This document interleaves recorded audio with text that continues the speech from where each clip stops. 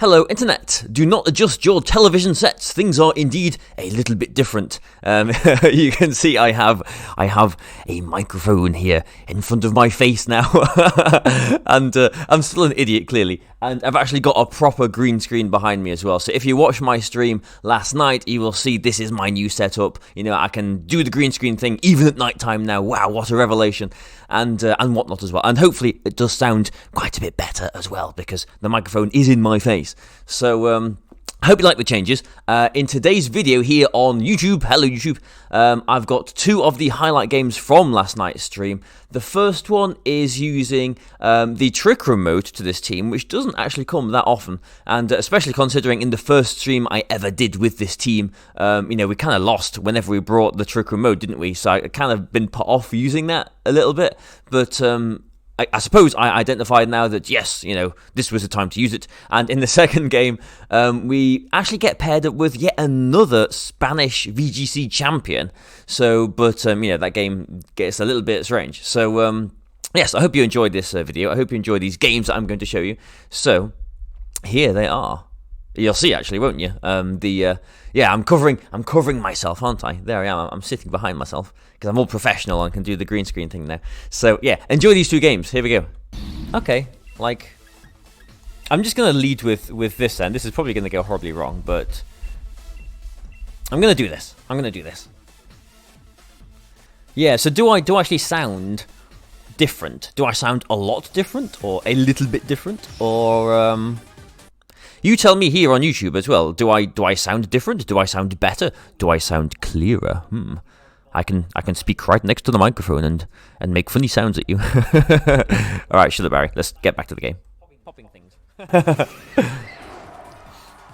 Thank you very much. Yeah, thank you.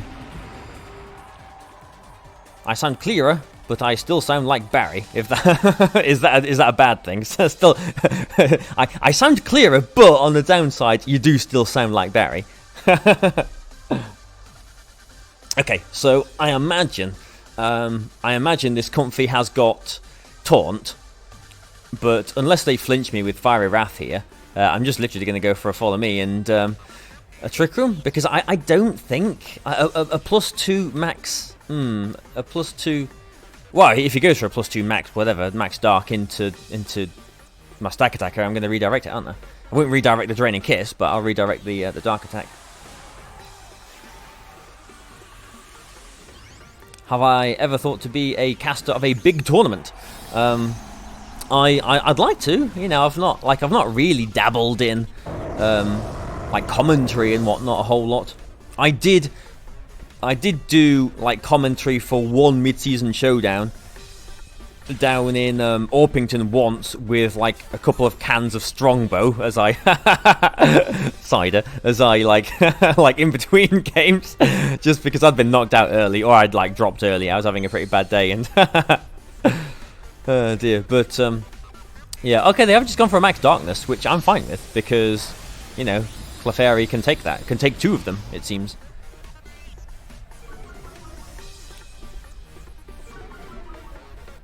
But yeah, I don't know. It'd be a different environment to get into doing the commentary thing, but I would yeah, I'd be up for doing it, definitely. Now then, I do want to get rid of the comfy here, because I do not want him to reset to the Trick Room. So what I'm actually going to do is I'm going to go for a Moonblast. And I'm going to. Do I Rockfall? Do you think a Rockfall and the Moonblast gets comfy, or do you think, because it could be Babiri Berry as well? But if it is Babiri Berry, then I suppose these have got the same power. But if I go for a Rockfall, then I get the +1 special offense from the sand. But I'm going to go for a Steel Spike into it. And yeah, just because I'm trying to eliminate. And actually, this is the first time that I have Dynamaxed my stack attacker on stream. So even though I have been streaming for, you know, a week with this team now, this is the first time I have Dynamaxed stack attacker. So let's enjoy the big bundle of bricks with eyes. But yeah, I'd be up for a like commentator, because I know that like, although, oh well, here we go. Look at this. This was the move. This was indeed the move. Is there a Babiri Berry? I'm hoping that these 2 attacks still knock it out, because he's obviously trying to reverse the Trick Room here. Oh, I think he's just going to survive this Moonblast. I think he's going to survive the Moonblast. Please knock it out. I suppose I could have gone for a Helping Hand there, but that wouldn't have covered for a Sash as well. I thought these 2 attacks would knock it out even if it was Babiri Berry.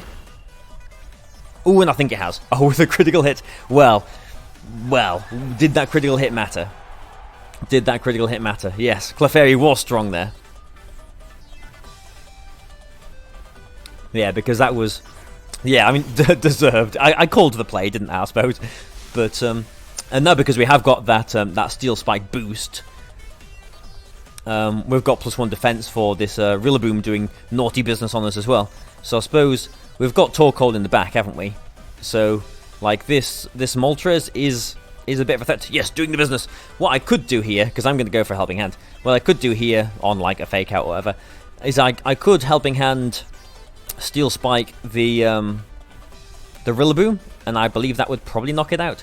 Or do you think a Helping Hand Rockfall gets the Moltres here? Because the Moltres did just max guard.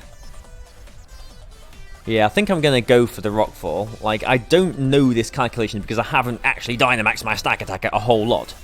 But we'll see. I mean, like... Yeah, okay, so Helping Hand was right there, but, like, you know, he's already activated his weakness policy, so it's not like, you know, it's not like, I fear him, like, surviving and getting another boost or whatever. I suppose he would get the Berserk, wouldn't he? But, yeah, okay, Helping Hand Rockfall does get the Moltres there. Okay, Stack Attacker doing the bricky business for us. Nice one. Yes. Yeah, we don't have an emote for Max Rockfall, but... we can pretend that Rockfall is a fist for a moment. There we go. Yes. Stack Attacker doing the business. I'm just very aware at the moment that I'm like, the microphone is right next to my face here. So, I hope I'm not like... I hope I don't sound like I'm shouting at you, or... because, like, I'm trying not to speak as loud as I did in the past. But, like, I hope that doesn't sort of make me sound like I'm less interested in the game or whatever as well. Maybe that means I need to use a slightly more varied range to my voice to make myself sound more interesting, since I'm not being loud to compensate for my lack of interestingness. Oh dear, what am I saying? That is the Dark Urshifu, isn't it? Because the little things are in the air. So let's just do the same thing again then. We've got Kartana in the back, haven't we? The Sandstorm will get rid of the... actually, we've got... oh, they just forfeit, haven't they? The Sandstorm will get rid of any... well, I was going to say we'll get rid of any Sash that the Urshifu might have, but actually the grassy terrain's up, isn't it? So, okay, so that was a pretty simple game, wasn't it? I'll just bring my face up here again. Ooh, there we go. There's my face. Ooh, slightly different lighting as well. Yes, because it's in the daytime here now, and that was in the nighttime. So, yeah, a really, really simple game, that, I suppose. Here's a switch back again. But I thought it was interesting just because, like, Moltres, Galarian Moltres, is one of the Pokemon that I haven't really played a whole lot against with this team, and I normally like to lead with the Spectre, and I was wondering if Moltres would be a problem. Now, maybe Moltres would be a problem if they had a lot of things that were good against the Stack Attacker as well there, but just leading with the Stack Attacker, you know, and looking at the team previews, which we briefly saw here, looking at the team preview, it did look like a bit of a free ride. Really, the only way they potentially had to stop the Trick Room was maybe a Taunt on the Comfy, or a Trick Room on the Comfy itself, as they were going for in there. Now, I did call the play, I did go for the Steel Spike and the Moonblast into their Comfy. The Moonblast on the Clefairy did get the critical hit. I'm not sure if that mattered, it might have done. If it did matter, then he would have reversed the Trick Room. But then the next turn, I could have gone for a Follow Me, redirected like an Airstream or whatever from the Moltres, which would have knocked it out. We would have survived a Dark Attack. And then it would have just been one of those mind games of, do I go for a Trick Room as he Trick Rooms, or do I, you know, not and call him to Trick Room sort of thing. So it would have been maybe a little bit of a 50-50 there. Else, I think I still would have been in a decent position, to be completely honest. But really, really straightforward game there. But the next game I'm going to show you is... well, it does have some elements of RNG in it. I'm just going to say that. But it's not every day. Well, I was going to say it's not every day you get to play against, you know, another Spanish champion. But I mean, I've played against quite a lot of Spanish champions over the last little while, haven't I? So There we go. So I'm just going to fast forward to like the end of the team preview. But yeah, we are playing against Rio Pasa, Eric Rios, who is one of the top Spanish players and has been for a number of years now. Okay, right, here we go. I found the game. Here it is. You'll see in a moment why why I did include this, because Spectre gets to do something. But okay, so here we go. Enjoy the game.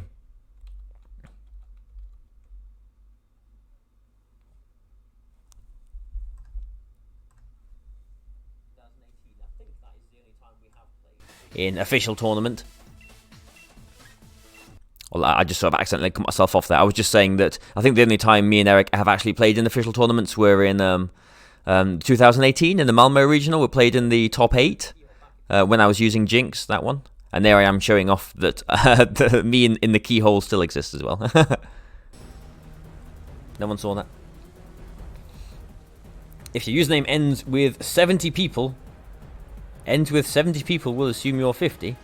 But if your username ends with 69 people, we'll assume you're 12. Oh yeah, that's yeah, okay, yeah.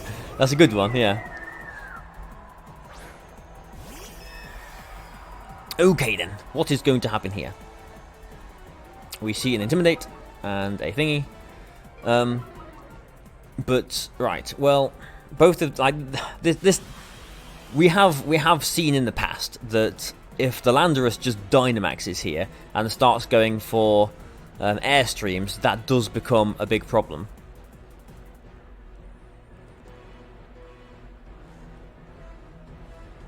So I think what we're going to do is this. Grimnay. Yeah, we've not been doing any Grimnays yet, have we? Okay, is this the Grimmsnarl coming in? It is the Grimmsnarl coming in. Yes, okay. I thought, well, the only thing he's got, and that's why I looked at is the team list there.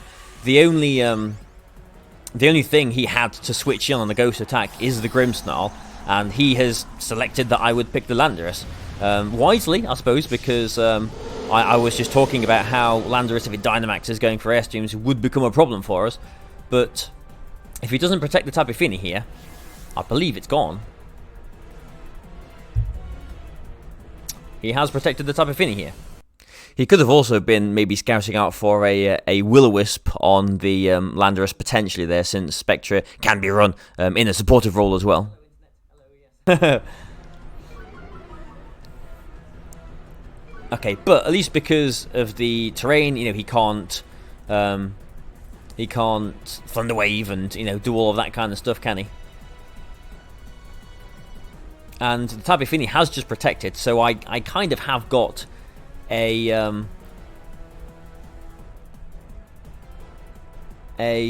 free knockout into that slot if I want it. But I'm just worried about this Grimmsnarl going for like a I don't know, a foul play or something, because the Tapu Fini isn't.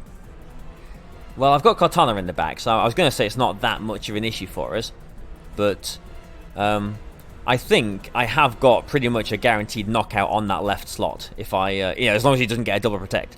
And this reduces his ability to switch and stuff as well.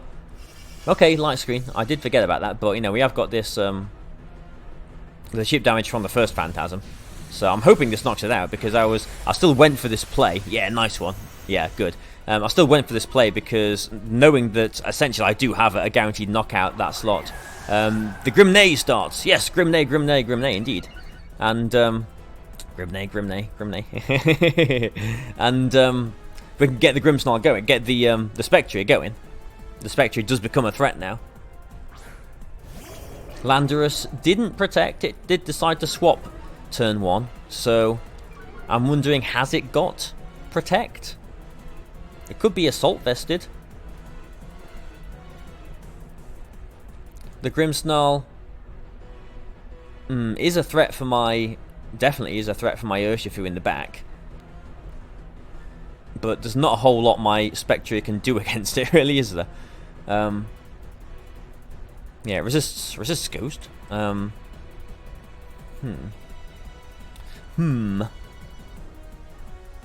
I think we should just... I think we should... Yeah, if he goes for a... I'm just going to throw a big bomb at this Landorus, because if he doesn't protect. I expect he will be Dynamaxing the Landorus here, yeah, and this will take it reasonably well if it is Assault Vested. But even if this is Assault Vested, it could put it in range with the -1 defense drop of a Sucker Punch from the Urshifu. And then we do kind of need to make sure this Grimmsnarl goes, because the Spirit Break or whatever it's got, whichever fairy attack it's got on there, is going to be threatening the okay, well, okay. He has actually got Protect. That's one of his turns of Dynamax gone then, which is good. I was tempted to go for a Max Strike into the into the Grimmsnarl there, but I did want a defense drop on the Landorus, which I haven't got now. But at least, even though I haven't got the defense drop on the Landorus, I have used up one of his turns of Dynamax, I guess. Okay. So how do we want to go about this then? Because we're in a little bit of a sticky one, aren't we? Spectre isn't really doing a whole lot of damage. We are not big anymore. We are in neutral after that Spirit Break. But we kind of would like to do some business on this Grimmsnarl. But I'm not sure Hyper Beaming it is the way to go, to be completely honest. So I'm just going to Mud Shot the Grimmsnarl. We'll just chip it away, maybe put it in range of like a Smart Strike or something. And keeping the Clefairy around for the next turn means that, yeah, it's not much damage there, but it maybe is closer to Smart Strike range now. But yeah, keeping the Clefairy around means that if he does knock out the Spectre here, which, okay, I kind of hoped he would, means that we can support the Katana a lot better as well. We don't know what his last Pokemon is either. I imagine another Spirit Break into the Spectre, yeah. Okay. Well, looking at how much damage that Landorus did to Clefairy on that one turn, I can survive one attack from it. But if he goes for a Spirit Break into the Clefairy here as well as a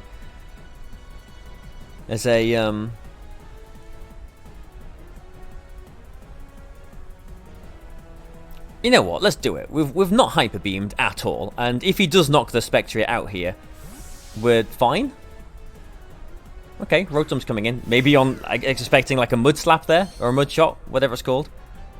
If Spectre is still faster here, which no it's not, but oh yeah, and he doesn't knock the Spectre out, so that's kind of unfortunate because we've just Hyper Beamed for little reason. But yeah, a -1. We are Life Orb. This will do like a chunk to it, but he's got Light Screen up as well. But this is the first time we've seen. Oops, sorry for hitting the microphone. First time we've seen a Hyper Beam. Wow, and that's a critical hit. First ever Hyper Beam. First ever Hyper Beam. Oh dear. Okay, lucky for us there because we got the critical hit. Obviously, we needed that to do to do that much damage to it. Okay. But yeah, this Landorus is still a problem. I don't think we know the item on it yet, do we? Because I don't think we've not seen like Life Orb or whatever. And it can't be Assault Vested because it did have Max Guard there. Yes, critical hit. But yeah, we'll just try and keep Clefairy around here. I hope he knocks a Spectre out here, but if he doesn't, at least I'll be threatening maybe something else the next turn. Well, if it's Scarfed, like it did use Max Guard. So, like if it is Scarfed, he has got another attack on there. Okay, Sword Stance, yeah. Fair enough. And now this is where things get very nasty actually. Yeah, because the Landorus has now got a +2 speed and a +2 attack. It will threaten my Katana with a one-shot, won't it? Yes, it will. So this is no longer good. But does he Rock Slide here? I think he does just Rock Slide, doesn't he? I think it's a Rock Slide and a Spirit Break. I think it's a Rock Slide and a Spirit Break.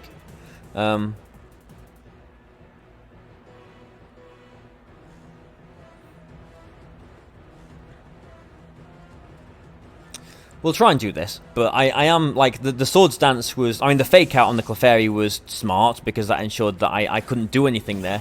I was recharging from my super critical... okay, no Spirit Break. My super critical... Hyper Beam there, and it is a Rock Slide, yeah, okay. And Spectre avoids, which, like, okay, I'll take it, but Spectre going down wouldn't have been the worst then, because I would have got a free swap back into the Clefairy. And it looks like it's probably the light clay on the Grimmsnarl, isn't it?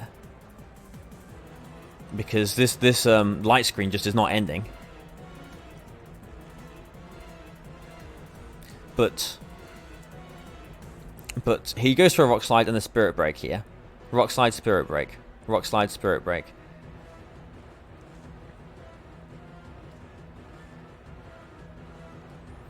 If we avoid another Rock Slide, then, you know, fantastic. I am threatening with another Hyper Beam. Indeed I am. Yeah, this Grimmsnarl is going to be a bit of a pain for us.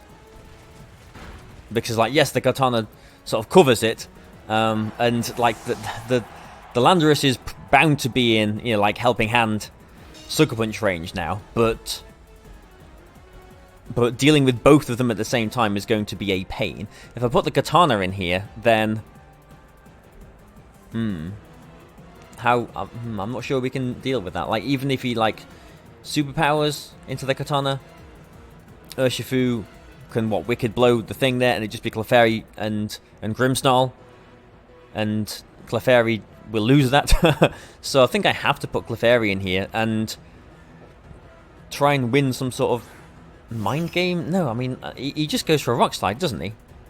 Or does he? Like, if he does Rock Slide, this is just a 50-50, isn't it? Like, if he Rock Slides, a Helping Hand Sucker Punch will get the Landorus.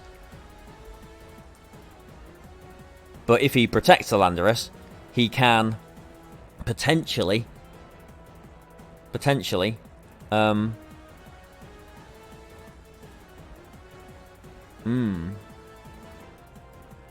he can potentially knock out the Clefairy.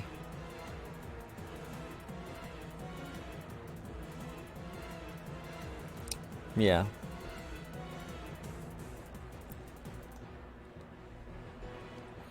If he Earthquakes, that's not good. If he Rock Slide flinches me, that's not good. But I've not... Okay. But I've not shown...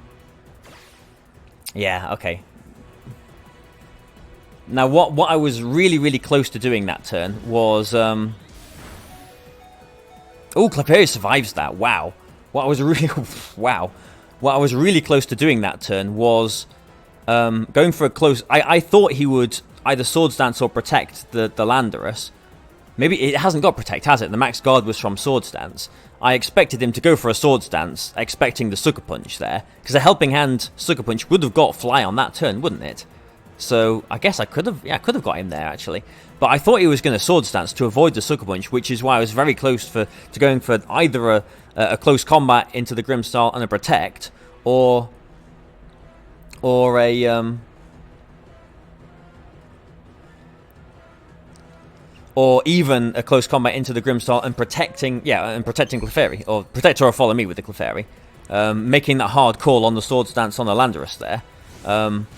But yeah, I thought that though I thought he would anticipate my Helping Hand Sucker Punch there, but we do knock the Landorus out here. Well, I hope we do anyway. Yeah, okay, we do. And I haven't shown my Katana in the back, so. I'm assuming here that my Katana will just beat this Grimmsnarl one-on-one. You know, that little bit of damage from the mud shot earlier, I did say, didn't I? You know, maybe puts it in range of a Smart Strike. Now, we did get lucky in this game because our Hyper Beam did critical hit the Rotom. And it absolutely would have survived that. So, yes, we got a little bit lucky there. But, yeah, wow, those EVs on Clefairy. Those EVs on Clefairy, making it so bulky. Yeah, nice one. Making it very, very bulky there. Allowing... oh, excuse me, sorry. I surprised myself. Oh, I'm back on. Okay, so yeah, that was interesting to look back on, actually. So it's analysis time. So yeah, there's quite a few things that I learned, actually, from that battle. Some of them being calculations, some of them being how I need to think about Landorus. But first of all, okay, yes, I did get a bit lucky with the Hyper Beam into the Rotom. Yeah, obviously I needed the critical hit there to one-shot it, so that was fortunate. The Rock Slide miss on the Spectria was good for us because it allowed us to like get that extra Shadow Ball into the Landorus as well. But I'm not sure if that was super critical to like how the game played out. Maybe it was, maybe it wasn't. I'm not really sure because we did finish with like a whole Kartana at the back as well, which was pretty decent against both of those. But one of the things that I've learned then is that actually Grimmsnarl, I was saying on Team Preview that even that like Grimmsnarl was going to be an issue for us. And Spectre actually can do some decent damage to it. Since, yes, he did get the light screen up on the second turn, but I did knock the Tapu Fini out as well with the Max Phantasm. So I was at +1 with Life Orb, with potential for Helping Hand as well there. And then he brings the Landorus in, and I just want to get damage into the Landorus, so I go for Helping Hand, Max Phantasm into that, as he max guards, which I didn't realise was not from Protect, was from Sword Dance at that moment in time.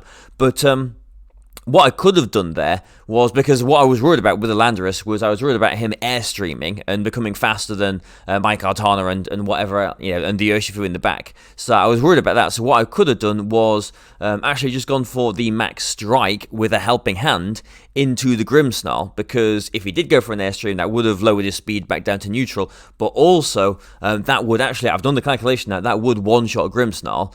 Yeah, so +1, even in light screen, with +1 with a Helping Hand, with a Life Orb, a Max Strike or Hyper Beam to the same damage would knock out that Grimmsnarl, unless it was like, you know, super like 252, careful or whatever. But even still, then I'm pretty sure that would have still been a roll, because the calculation is pretty much, you know, pretty well in our favour, even with a light screen up there. So I could have potentially got the one-shot there on that Grimmsnarl. Now, that would have been good, because I would have got rid of the Grimmsnarl, but he would have still had the Rotom there, and with the Landorus and the Rotom next to each other, maybe that would have worked out better for him, actually, if I did knock the Grimmsnarl out there. So I'm not really sure. I've not really thought through how this one individual game would have played out if I did knock the Grimmsnarl out there, but the thing that I'm learning is it's a potential option for future games, where there is a Grimmsnarl or something like that. You know, a +1 with the Life Orb and a Helping Hand, Max Strike actually does one-shot quite a lot of things that you'd be surprised it does one-shot. And yeah, the other main thing that I'm taking away from this game is actually just to try and keep track of Landorus's moves a bit more, because at the end of the game there, I was worried about, like, I was thinking, oh, you know, this Landorus is faster than my Katana now, and a superpower will just one-shot me. Well, yes, it will, but, you know, we've seen Swords Dance, and I think had we seen Rock Slide at that point as well too? Like, he's not going to have superpower on a set that's got Swords Dance and Rock Slide, is he? Like, you can assume Fly, and you can assume Earthquake being the last two at this point. I think Landorus, like, they tend to have Fly on them now, don't they? Obviously, they didn't in the past because Dynamax wasn't around, but they do tend to have Fly on them now.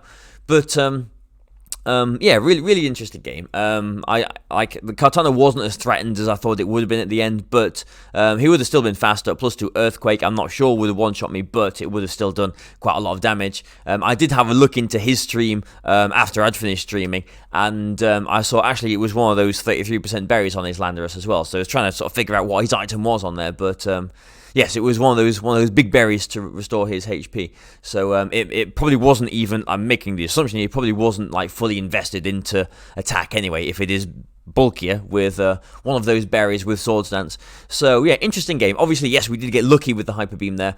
But and that Rock Slide miss as well too. But I thought I'd include it just because, you know, yes, that was my first Hyper Beam on stream, so I was pretty hyped about that. And you know, against another fantastic player as well too, you know, although it is, you know, I feel like it is a little bit sort of scummy to like upload a game where I got sort of lucky to win, but yeah, it would have been interesting to see how the game would have played out without that critical hit with the Hyper Beam, because that was the big turn. Even without the critical hit, the Hyper Beam would have still done a decent amount of damage to the Rotom still, and maybe put it into Wicked Blow range perhaps, but yeah, who knows what would have happened. But either way, I hope you've enjoyed this video. I hope you've enjoyed all of my post-game analysis as well too. So thank you very much for joining me. I did mention that, yes, I might have won that game through a bit of luck, just wait until tomorrow's video, because there's some different games to show you tomorrow, and I hope you're going to enjoy them then as well. So thank you for being here. I hope you've enjoyed this. Please like and share. Please follow me on Twitch as well too. Subscribe here. Join the Patreon if you would like to as well. But goodbye for now.